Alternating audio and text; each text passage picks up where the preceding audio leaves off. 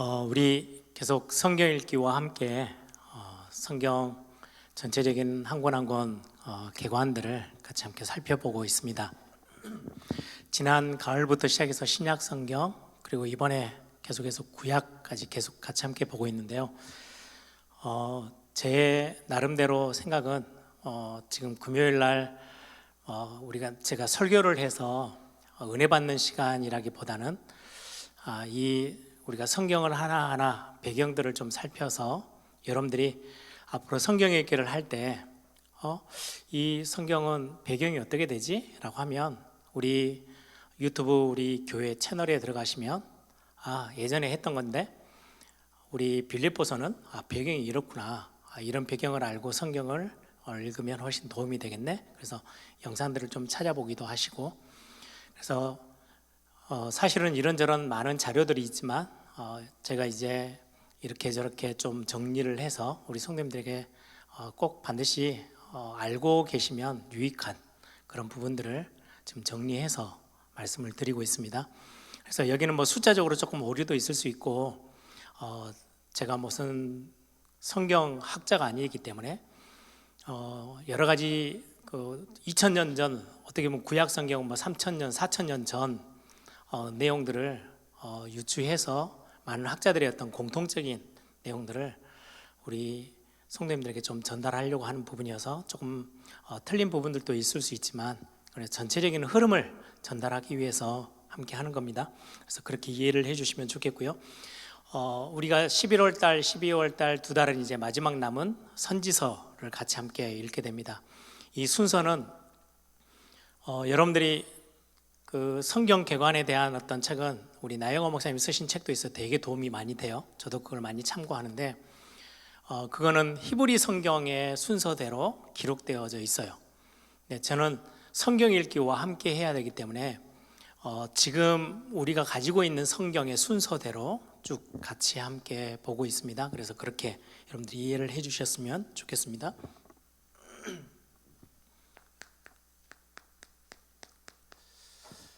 오늘 두 번째 시간으로 이제 선지서 전체적인 어떤 큰 그림을 또 한번 같이 보게 될 건데요.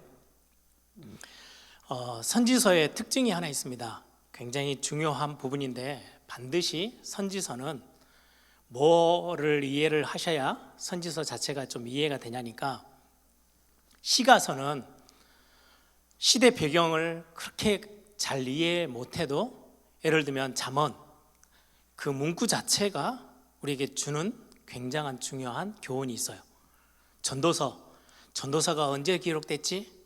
지금 그 말이 쓰여질 때의 배경이 뭐지? 이런 거 별로 이렇게 안 따져도 그 말 성경에 있는 문구 자체가 저희들에게 굉장한 메시지고 우리가 참고해서 붙잡고 우리의 삶에 굉장한 많은 지혜와 답이 되어지기도 합니다. 시편도 마찬가지고요. 시편에는 그때그때마다 배경이 필요한 스토리들도 있어요. 그런데 읽으면서 바로바로 이해되어지고 또 은혜로 우리가 또 하나님의 메시지를 이렇게 이해할 수 있는데, 선지서는 굉장히 중요한 게 배경입니다. 이 선지자가 뭔가의 메시지를 지금 지금 국가 앞에, 하나님의 백성들 앞에, 교회 앞에 지금 주는 거거든요. 그랬을 때는 어떤 배경에서 그 메시지가 나왔는지를 이해를 해야 선지서는 그게 이제 여러분들이 묵상하고 이렇게 성경을 읽어 나가는데 굉장히 중요한 부분입니다. 잘못하면 완전 엉뚱하게 해석이 될 수도 있어요. 이 배경을 잘 모르면. 그거와 마찬가지로 예를 들어서 에베소서, 빌립보서, 고린도전후서, 갈라디아서 이렇게 하면 빌립보 교회의 그때 상황과 그때 바울이 어떤 사역을 했을 때 그 배경을 이해하면 빌립보서, 에베소 교회는 또 에베소 교회대로 또 분위기가 좀 다르거든요. 골로새서는 골로새 교회가 그 지역과 함께, 고린도 전후서를 읽으려면 고린도 지역이 어떤 지역인지, 바울이 거기서 어떻게 사역하다가 어떻게 교회가 세워졌는지 이런 거를 알면 그 서신서를 이해하는 데 굉장히 도움이 돼요. 그런 것처럼 구약의 선지서들은 그런 어떤 밑에 깔려있는 배경을 이해하는 거 굉장히 중요한 부분이 될 겁니다. 그리고는 선지서의 중요한, 하나님이 선지자를 보내서 하나님의 말씀을 전달하고자 했을 때 뭔가 중심 주제가 있죠. 그 주제의 핵심은 이러합니다. 하나님의 백성들에게 하나님과 방향이 멀어지고 하나님을 향하지 못하는 죄에 대한 지적. 그러면 죄가 지적되어지면서 따라오는 게 있겠죠.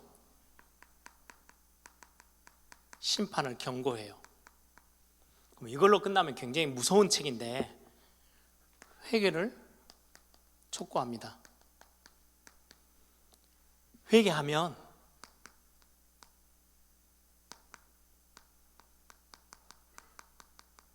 회복을 약속해요. 축복의 메시지가 또 담겨져 있어요. 소망의 메시지가. 그래서 이런 어떤 주제 속에 선지서들이 쓰여지고 있다라고 여러분들이 이해를 하시면 되겠고요. 여기에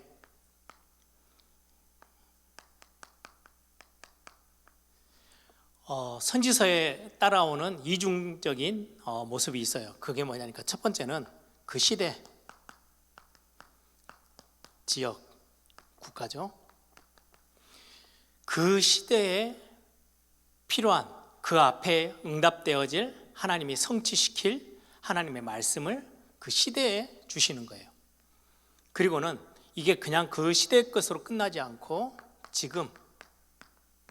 지금의 우리 교회와 우리 개인 구원받은 하나님의 백성들 개인에게 이 성경을 읽고 있는 우리에게 주시는 메시지가 같이 함께 들어있어요. 대부분 이제 뭐 시대 그 배경도 있지만은 이 배경 속에서 어떤 메신저들은 선지서를 이것만을 이해를 해요. 특히 구약 같은 경우 그러면 굉장히 영적인 것처럼 보이는데 배경을 이해를 잘못해버리면 잘못된 해석으로 영적으로 막 뭔가 부풀려서 성경을 읽고 이해할 수 있어요. 그래서 이 이중성은 항상 같이 갖고 있어야 돼요. 그래서 제가 지금도 사무엘상 메시지를 같이 할 때는 제일 먼저 이 부분들을 성도님들이 충분히 이해가 되도록 하나님이 왜 사무엘을 보냈고 왜 사울과 이스라엘 백성들 블레셋 이 속에서의 많은 연관관계들이 있어요. 일단은 그게 이해되어져야 그 속에서 우리에게 주시는 메시지들을 찾을 수 있거든요. 그래서 이런 어떤 구약은 특별히 이중적인 어떤 이중성 있는 예언의 메시지가 담겨져 있음을 항상 이렇게 염두에 두고 우리가 성경을 읽고 성경을 이렇게 같이 함께 보는 게 굉장히 중요합니다. 그리고는 선지서에 있어서 중요한 부분이 선지자를 통해서 하나님이 예언하셔요. 우리는 예언하면 지난주에도 같이 말씀 나눴지만 우리가 잘못된 어떤 이미지가 좀 많이 심겨져 있어요. 갑자기 뭐 눈이 딱 뒤집히고 뭔가 막 떨면서 그런 모습들이 성경에도 있어요. 그런데 막 그렇게 하면서 막 무당이 신내림이 생겼을 때 막 떨면서 막 이상한 말을 막 해요. 미래를 막 점쳐요. 그런 식의 단어로 예언이란 단어를 이해할 수 있는데 그렇지 않아요. 성경에서 선지자를 통해서 예언하셨다라고 할 때는 이 예언은 하나님의 말씀이 전달되어지는 도구가 되는 거예요. 그래서 예언은 하나님의 말씀, 특히 하나님의 뜻, 하나님이 어떤 거를 계획하고 계시는지를 말씀을 통해서 알려주셔요. 이 예언에는 예언하게 됐다 뭐 그렇게 했을 때는 하나님을 찬양하는 것도 포함되어 있고 하나님을 높이고 고백하고 이런 어떤 전반적인 것들이 들어있어요. 그래서 가장 쉽게 이해하려면 지금의 교회 안에서 설교를 담당하는 목회자의 색깔이 선지자하고 가장 많이 유사해요. 왕, 선지자, 제사장 이렇게 했을 때 지금의 목회자는 교회 안에서의 가장 중요한 역할로 선지자의 역할들을 굉장히 많이 합니다. 그러면서도 성도님들의 어려운 부분들을 끌어안고 품어주고 또 같이 함께 공감하고 하는 부분은 제사장적인 어떤 사명도 같이 함께 있죠. 그리고는 전체 하나님의 백성들이 바른 길을 가도록 전체적인 것들을 심부름해서 중요한 방향을 이끌어서 인도해 가는 거, 그렇게 보면 또 왕적인 어떤 사명도 또 같이 함께 있어요. 그럼에도 불구하고 말씀을 나누고 전달하는 부분에 있어서는 선지자적인 어떤 사명에 감당하는 부분이 굉장히 많은 부분으로 들어가 있습니다. 그래서 무슨 접신이 되어져서 막 신내림이 되어서 막 뭔가를 막 미래를 점치고 막 말을 해주고, 그거는 어떻게 보면은 좀 우리 한국 교회에 많이 오해되어져 있는 예언이라는 단어의 이미지예요. 그래서 구약에서 나오는 예언하다, 뭐 선지자가 하나님이 예언하게 하셨다, 뭐 이런 단어를 여러분들이 접할 때는 하나님이 눈에 보이지 않냐 하시는 하나님께서 선지자들을 불러 일으켜 세워서 하나님의 뜻을 전달하고 하나님의 계획을 전달하고 하나님이 지금 원하시는 게 무엇인지를 말씀을 통해서, 그래서 오늘 선지서, 그럼 대선지서, 소선지서 이렇게 되어지는데, 이사야서로부터 시작해서 시가서 끝나고 나서 이사야, 에레미야가 에스겔, 다니엘 이렇게 쭉 하죠. 이 선지서로부터 시작해서 뒤에 나오는 소선지서 다 합쳐서 17권의 선지서는 주로 선지자가 성경을 같이 함께 기록한, 문자로 기록해서 남겨진 성경이고요. 엘리야와 엘리사는 말로 사역을 했지, 그들이 직접, 엘리야가 글을 남긴 건 없어요. 엘리사가 글을 남겨서, 예를 들면 글을 남겼으면 엘리사 선지자의 어떤 선지 예언서 이렇게 해서 엘리사 성경 안에 들어있겠죠. 근데 사역이 기록자에 의해서 기록되어 있을 뿐이지 직접 그들이 문서 사역을 하지는 않았어요. 바울이 바울 서신을 쓸 때는 직접 바울이 대피를 두고라도 본인의 어떤 사역들, 메시지를 글로 남겼잖아요. 이사야는 이사야의 글이 남겨져 있어요. 그 예언했던 사역들이, 말씀 사역들이. 그래서 조금은 이제 선지서는 거의 대부분 이제 그 선지자가 실제 사역하고 하나님 앞에서 말씀을 대언했던 그것들이 기록으로 지금 다 남겨져 있는 것들을 우리는 선지서를 통해서 확인하게 됩니다. 그러면 가장 먼저 배경을 함께 봐야 된다고 했죠. 그래서 배경을 좀 이해하려면은 역사서 속에 있는 배경과 선지서가 같이 함께 가요.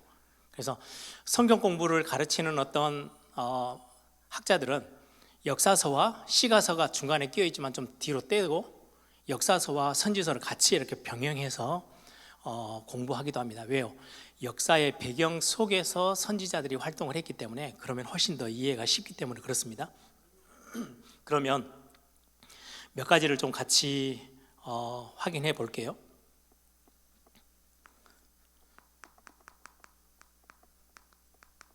조금 이해하기 쉬울 거예요. 사무엘상, 지금 우리 주일날 오전에 같이 함께 말씀 나누고 있는 사무엘상은 사무엘의 사역의 시작부터 해서 사울왕이 세워지고 여기에 다윗이 왕으로 세워지는 것까지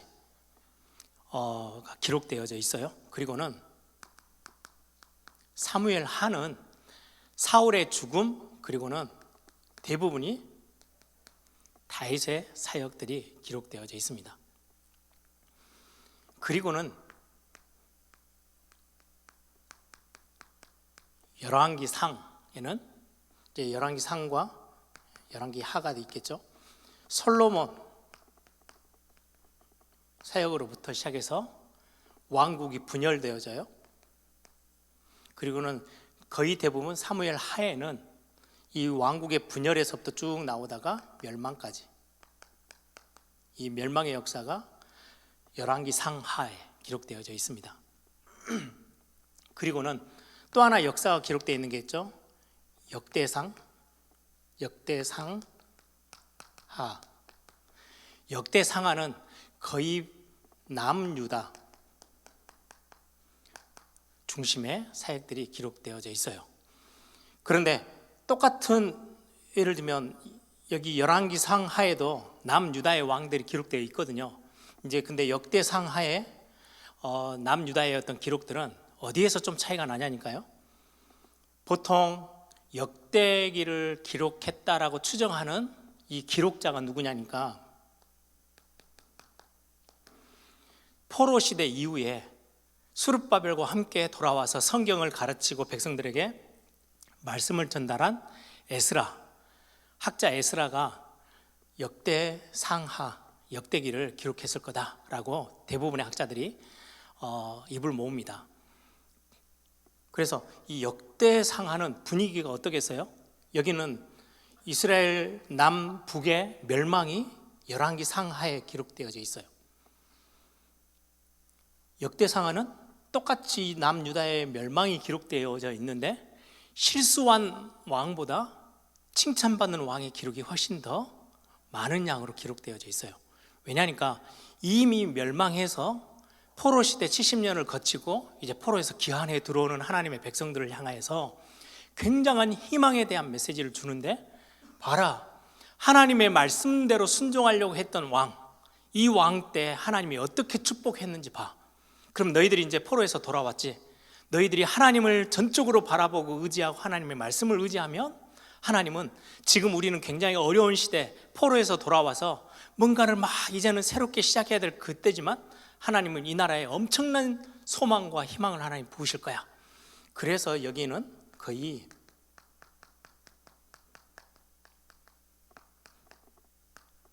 분위기가 제사장적인 분위기예요. 어떤 죄를 지어도 괜찮아. 하나님 앞에 제물을 들고 들어오면 용서해 주셔. 그래서 그 내용이 포로에서 귀환한 사람들을 향해서 역대 안에 있는 많은 남유다의 왕들 중에 어떻게 보면 실수가 70이고 한 30이 하나님 앞에 조금 바르게 살았어요. 근데 역대기에서는요, 그 30을 굉장히 부추겨서 기록해요. 실수한 건 좀 많이 이렇게. 왜요? 하나님 앞에서 이렇게 어려웠던 왕이고 실수도 많았던 왕이었지만 하나님을 바라봤더니 하나님이 엄청난 응답으로 용서해 주시고 많은 은혜를 베푸셔서 이제 그게 주로 역대상하에. 그래서 우리가 읽을 때 역대상하를 읽으면 굉장히 힘이 나요. 반대로 왜 너희들 포로 시대 때 왜 너희들이 멸망당하는지 알아? 굉장히 이렇게 선지자적으로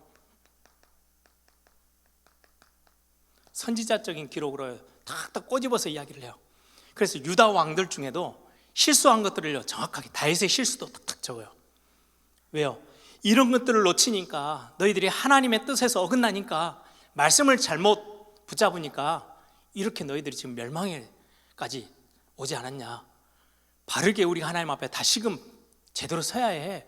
굉장히 선지자가의 메시지처럼 정리되어 있는 책이 열왕기 상하예요.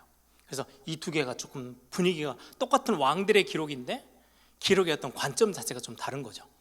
포로가 왜 우리가 포로로 잡혀서 이 고생을 하는지 알아?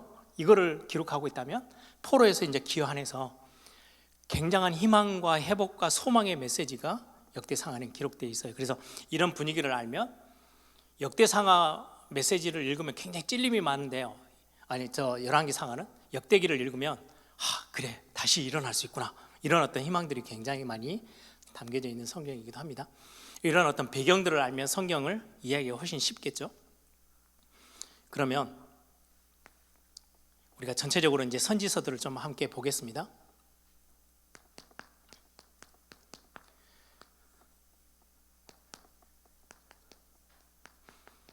대선지서와 소선지서로 나눠요. 여기에는 5권 있어요. 선지자로는 4명이에요. 예레미야, 예가 쓴 사람은 한 사람이죠. 예레미야죠. 그래서 예레미야와 예레미야 예가가 함께 한 같은 저자이기 때문에 선지자는 4명인데 책은 5권이에요. 그리고 여기는 12권, 소선지서는 12권. 그래서 두 개 합치면 선지서는 17권으로 되어 있고 선지자는 16명이 등장을 합니다. 대선지서라고 하면 적어볼게요. 이사야, 예레미야, 예가, 에스겔, 다니엘, 이렇게가 대선지서. 그리고는 나머지는 저도 봐야 기록해요. 여러분들 성경책을 보시면 창세기 앞에 보면 구약성경 목록표가 쫙 돼 있어요. 그걸 보시면 오늘은 선지서 안으로 들어가기 전에 선지서 전체 껍데기를 보는 시간이니까 한번 보시면 성경책 약자표도 있고 앞에는 성경책 목록이 쫙 순서대로 다 기록되어져 있어요. 호세아, 요엘, 아모스, 오바댜, 요나, 미가, 나움, 하박국,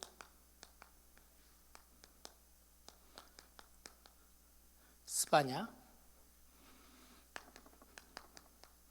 학개, 스가랴, 말라기 이렇게 돼 있죠. 여기에서 이렇게 두 개는 포로 시대 때 쓰여지는 거예요. 대선지서의 뒤에 있는 에스겔, 다니엘은 포로 시대, 이제 포로로 잡혀갔어요. 그때 딱 그 중심에 포로 되어지고 포로 바로 전 이거 때 사역했던 사람은 예레미야이죠. 그래서 예레미야는 포로 전으로 친다면 에스겔, 다니엘은 포로 시대 때, 그리고는 포로에서 돌아와요. 그래서 포로 시대 이후에 돌아왔을 때는 제일 마지막에 있는 성경 학개, 스가랴, 말라기 이렇게 세 권이 전체 돌아왔을 때의 어떤 쓰여진 선지서이기도 합니다. 그러면 대선지서하고 소선지서, 이 사람들 대선지자, 소선지자 이렇게 이야기를 하는데 어떤 차이가 있습니까? 능력의 차이입니까?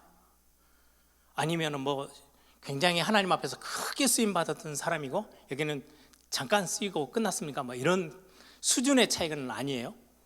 영국의 축구를 보면 뭐 메이저가 있고 마이너가 있고, 미국에도 야구에는 메이저 그룹도 있고 마이너 그룹이 있죠. 그런 수준의 차이는 아니에요. 분량의 차이예요.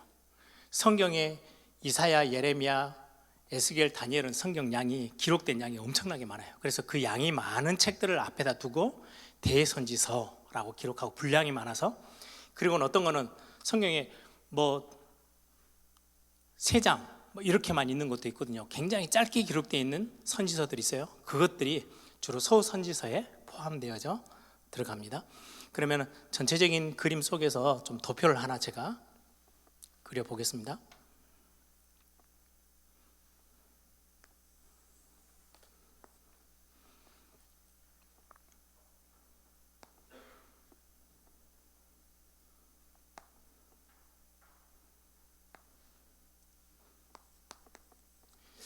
포로 때 돌아오고 말라기 선지자로 끝이 나는 게 이건 다 BC예요. 예수님 오기 전 400년 전쯤 선지자의 시대가 끝이 나요. 더 이상 그 이후로는 400년 동안은 세례 요한이 등장하기 전까지는 선지자가 없었어요. 성경에도 기록이 없어요. 하나님이 말씀도 안 하셨을 뿐더러 말씀을 들을 사람도 없었다는 거죠. 그때가 대충 한 400년. 그리고는 포로에서 70년 만에 돌아왔을 때의 시기가 BC 538년 정도 됩니다. 그리고는 남유다가 멸망하고 포로되었을 때가 3번이에요. 1차 포로로 잡혀갔을 때, 거의 다니엘이 끌려갔던 그 시기가 1차 포로 605년, 597년, 그리고는 586년 3차로 포로 끌려갔거든요. 돌아올 때도 1차 포로 기한, 2차 포로 기한 이렇게 있는데 거의 멸망당할 때는 1차 포로, 2차, 3차 이렇게 나눠집니다. 그리고는 722년은 이스라엘, 북이스라엘이 멸망했을 때요. BC이기 때문에 위로 이렇게 앞으로 가면 갈수록 숫자가 더 높아져요.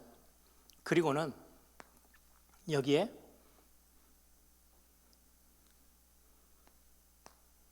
930, 970, 1000,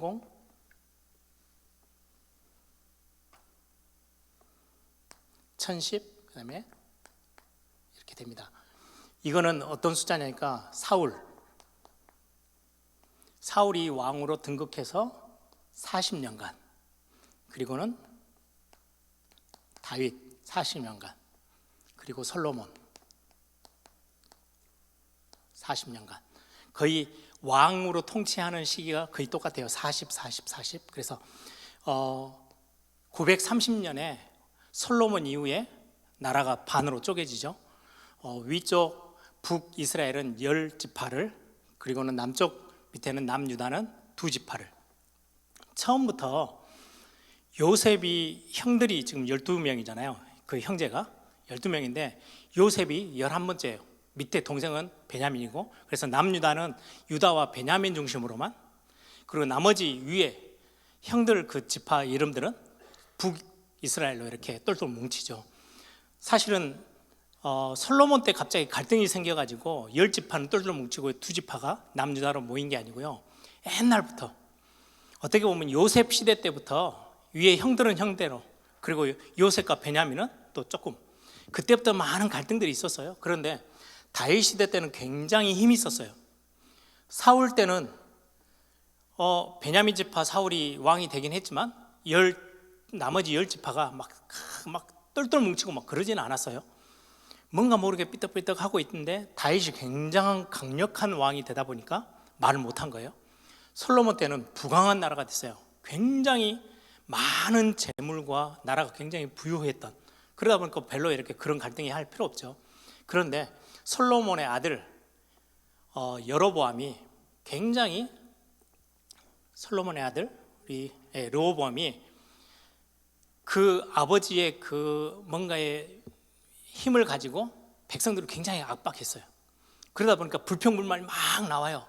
그때 여로보암이라는 사람이 어떻게 보면은 솔로몬 시대 때 부역을 담당하던, 예를 들면 지금으로 따지면 뭐 노동부 장관 뭐 이런 것처럼 굉장히 백성들과 가까이 있었던 책임자가 왕이 저런 식으로 계속해서 막 압박을 하면 거기에 대해서 반대 의견을 내면서 딱 달라붙었어요. 그러다 보니까 10지파가 똘똘 뭉쳐서 여로보암을 왕으로 세우면서 나라가 반으로 그제서야 쪼개집니다. 그때가 930년 정도 됩니다.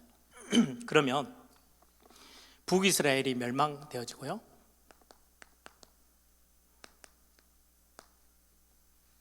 여기는 남유다 멸망, 포로 시대, 여기는 이후 시대죠. 이렇게 보시면 이제 조금 여기는 이제 전체적으로 다윗과 함께 되어지는 시대입니다. 이때는 뭐 이런저런 선지자들도 많이 있었지만은 글로 남겨져 있는 부분은 아니고요. 북이스라엘 때 대표적인 선지자 두 사람이 나오죠. 엘리야와 엘리사. 엘리야와 엘리사, 이 연도들은 여러분들이 기억할 필요는 없어요. 대충 어느 정도냐 뭐 이렇게만 여러분들이 이해하시면 되겠습니다. 875년 때는 848년. 그래서 막 나라가 쪼개지고 주로 이제 엘리야와 엘리사는 북이스라엘에서 아합 왕 때 사역을 했던 선지자 두 명이죠. 여기는 이들이 직접 써서 하나님의 말씀을 기록한 선지서로는 남아있지는 않아요. 열왕기상하 뭐 이런데 이제 기록으로 남아있는 것 뿐이죠. 그리고 이제 선지서 안에 있는 아까 17권의 책 중에 순서대로 여러분들이 이해를 하셔야 돼요. 그 순서는 아까 읽었던 순서는 성경에서 기록된 순서예요. 이사야, 예레미야가 에스겔, 다니엘, 그렇게 쭉 이제 되어져 있는 거는 성경에 지금 기록되어 있는 성경의 순서이고요. 여기 이제 역사의 어떤 배경들을 조금 이해하려면 여러분들이 제일 먼저 요나서, 북이스라엘 720년 북쪽 이스라엘이 멸망하기 전에, 근데 여기 특징은 아수르 느느웨에 하나님이 주시는 멸망의 메시지죠. 아수르에게 주시는 메시지. 그래서 북이스라엘에서 활동하던 선지자인데 하나님이 요나를 쭉 뽑아서 아수르의 수도 느느웨로 보내서 사역을 하게 돼요. 그래서 요나서는 이때를 배경으로 합니다. 그리고 아모스, 여기는 북이스라엘을 향하여서, 호세아, 여기도 북이스라엘.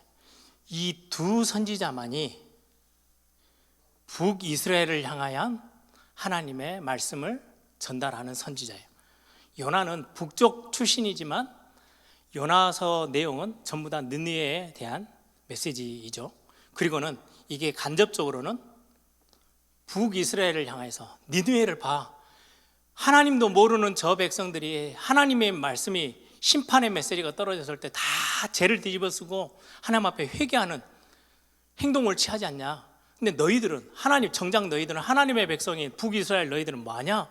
지금 간접적으로 북이스라엘에게 메시지를 주고 있는 게 요나서이기도 합니다.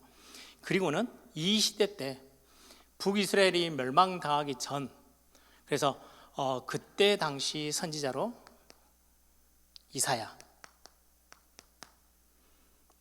미가서, 여긴 전부 다 히스기야 때부터 시작해서 이런 식으로 다 이사야 선지자가 여기서부터 시작해서 이 뒤로 조금 넘어가는 시대에 사역을 합니다. 이사야 선지자, 미가 선지자도 남쪽 유다를 대상으로 사역을 했던 선지자입니다. 그리고는 이제 722년을 넘어서서 이 남쪽 유다의 중심으로 사역을 하면서 멸망까지 사역을 했던 선지자들이 나훔, 그리고는 예레미야, 스바냐, 하박국, 이렇게 선지자들이 이 시대 때 사역을 합니다. 예레미야는 사실 예레미야 애가까지 포로 시대까지 연결되어져요. 그래서 예레미야 애가는 586년 완전히 나라가 멸망되어졌을 때 그 상황을 보고 기록해요. 그래서 젖먹이 어린아이들의 혀가 입천장에 달라붙고 먹을 게 없고 막 이런 어떤 상황들, 유다의 멸망을 아주 적나라하게 기록하고 있는 게 예레미야 애가서죠. 다니엘, 아까 말씀드렸던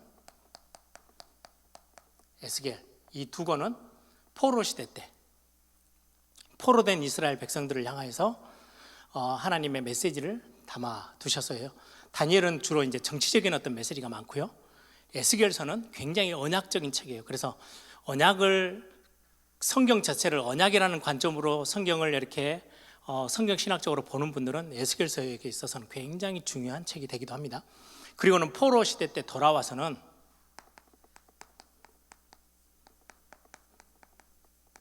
학개, 스가랴, 말라기, 이렇게 해서 선지서들이 기록되어 있고요. 여기에 두 권이 지금 빠져 있어요. 하나는 요엘, 그리고 오바댜. 이 두 선지자, 특히 오바댜 선지자는 에돔이라는 족속을 심판하는, 거기에 심판의 경고 메시지를 주시는 선지자예요. 에돔은 누구냐니까, 에돔 족속은 쭉 역사를 거슬러 올라가면 아브라함, 이삭, 야곱 때 뱃속에 쌍둥이 형이 있어서 에서의 후예들이 에돔 족속이에요. 근데 자꾸 장자권을 뺏겨서 그런지 이스라엘 백성들을 한시도 그냥 두지 않고 계속 괴롭혔던 민족이 에돔 족속이거든요. 이 에돔 족속을 향해서 굉장한 심판의 경고의 메시지를 주고 있는 게 오바댜 서인데, 이게 요엘서도 마찬가지고요, 오바댜서도 딱 기록 연대가 갈려요. 어떤 학자들은 이때쯤이다, 어떤 학자는 여기에 포함된다. 요엘도 마찬가지고 오바댜도 마찬가지고. 그래서 이거는 성경에서 정확하게 연도나 어떤 참고할 수 있고 근거를 삼을 수 있는 배경이, 연도의 배경, 그때 시대의 배경을 딱 알 수 있는 거를 주시면 좋은데, 오바댜는 예레미야 거의 만물에 사역을 했다 이렇게 하는 학자들도 있지만은 거의 이때쯤 사역했던 사람이다 이렇게 나눠지기도 해요. 에돔을 향한 메시지는 정확한데 이게 언제쯤인지. 근데 거의 대부분 에돔은 거의 한 이때쯤에서 시작해서 나라가 이때쯤에 다 망했거든요. 그래서 이 마지막 망할 때쯤에 기록이니까 오바댜는 포로 시대에 가까이 그때 기록했을 거다 이렇게 말씀하는 학자들이 참 많이 있습니다. 요엘은 아예 배경에 대해서 언급이 없어요. 그냥 메시지로만 딱 남아 있어요. 그래서 우리 잘 아는 요엘서 2장 28절 성령이 마지막 때 기름 부으셔서 주시는 어마어마한 응답들 뭐 이거 있죠. 이런 부분들이 이제 시대 배경에 속에서 어딘지를 잘 모르는 게 이제 요엘서, 그다음에 오바댜서고요. 나머지는 이런 전체적인 역사의 흐름 뒤에 선지자들이 활동했던 것들을 우리는 보고 성경을 읽으면 되겠습니다. 전체 보면 이때는 큰 제국 아수르가 뒤에 배경이 돼 있어요. 그래서 요나서 같은 경우는 아수르와 연결되는 선지자죠. 이때는 바벨론. 이 포로 시대를 이후로 이쪽 오면은 페르시아. 페르시아는 에스더서와 연관되어지죠. 페르시아. 그리고는 그 뒤에 나오는 게 헬라예요. 헬라는 거의 400년 이후에 그 뒤로 넘어가는 거기 때문에 성경에는 헬라 제국에 대한 내용은 없어요.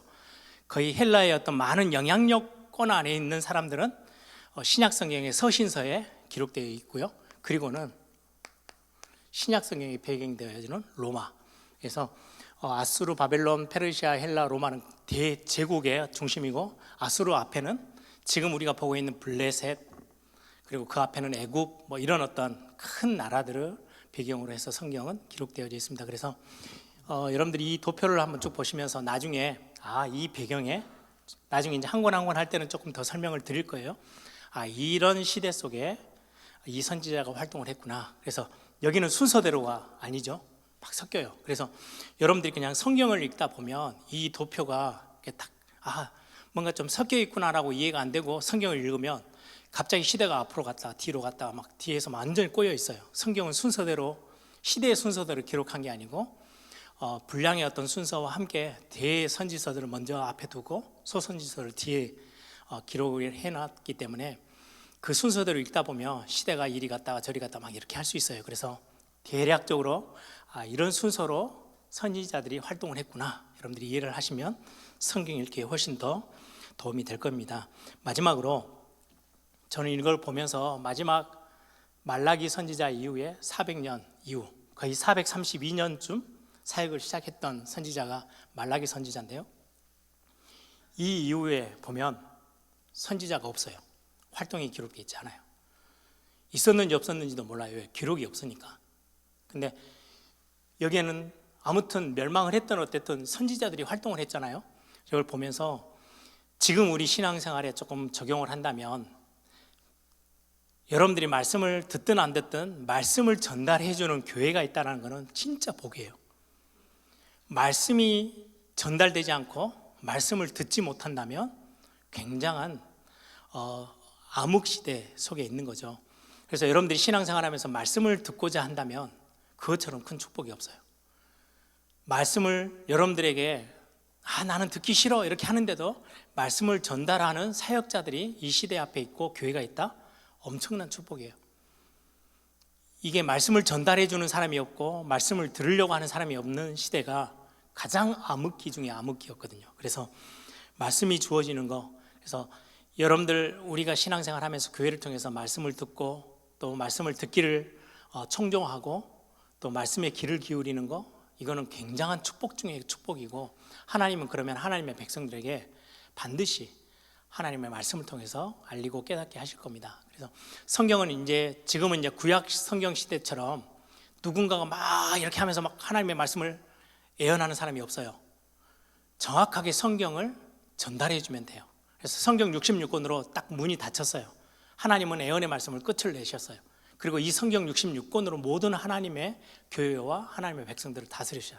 그래서 우리가 RTS 헌금도 한다 막 이렇게 하죠. 왜냐하니까 신학교 교육이 그토록 중요해요. 이 성경 66권을 어떻게 해석하고 어떻게 확인해서 교회 앞에, 성도들 앞에 정확하게 말씀을 전달해 주느냐, 이게 굉장히 중요한 사명이에요. 그래서 신학교육은 그런 부분에 있어서 굉장히 중요합니다. 신학교육에서 대충 하고 성경 뭐 가르치는데도 별로 귀 기울이지 않고 나중에 이제 교회 와서 설교하면 배경도 역사도 흐름도 신학도 뚜렷하지 않아요. 그러면 이제 자기 마음대로 이 성경 66권을 자기 식으로 해석을 해버리는 거예요.